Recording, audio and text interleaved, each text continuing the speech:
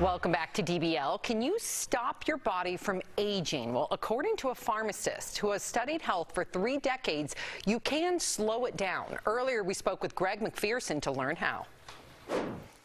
Greg, welcome to DBL. So you truly believe that in the next couple of years, living to age 100 or 120 will be the norm? Really, in just a couple of years? Well, yeah, absolutely. There are drugs and there are supplements that, when given to mice, can expand their lifespan by 30, 40, even 60%.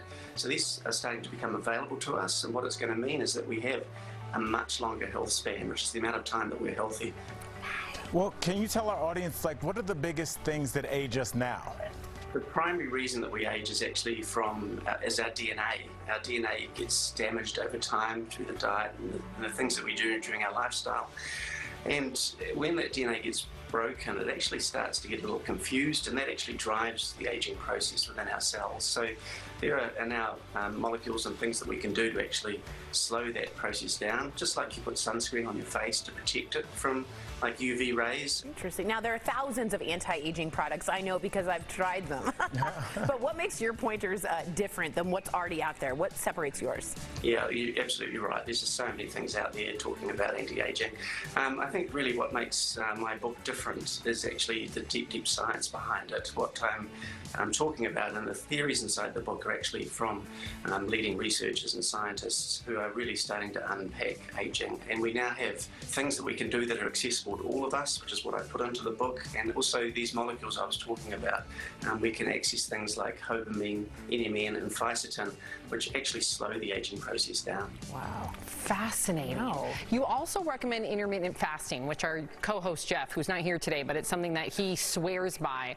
So why is it important to you to do this intermittent fasting, and how do you personally get through the hunger? Yeah. I love food, right? So I've got to do something about that, especially heading into my 50s. So I fast for 2 days a week and then just have one meal. And because when we're hungry, it allows our body, well, it triggers cascades essentially, which help create, almost do housekeeping in our body.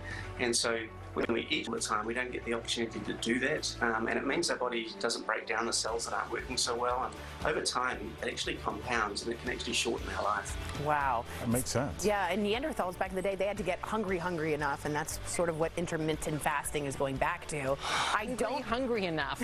Well, I don't do it because I'm too hungry, but I'll work on it. You've also said that exercise helps repair cell damage, but you actually have a warning about how you schedule it.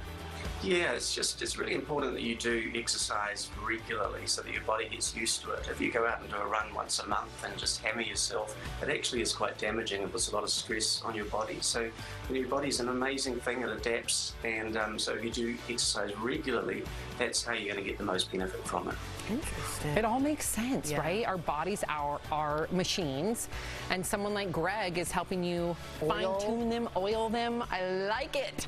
To our viewers out there, to learn more ways to slow down the clock, get Greg's book, Harnessing the 9 Hallmarks of Aging to Live Your Healthiest Life.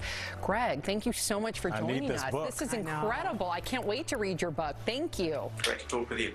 Bye. Take care. We'll be right back.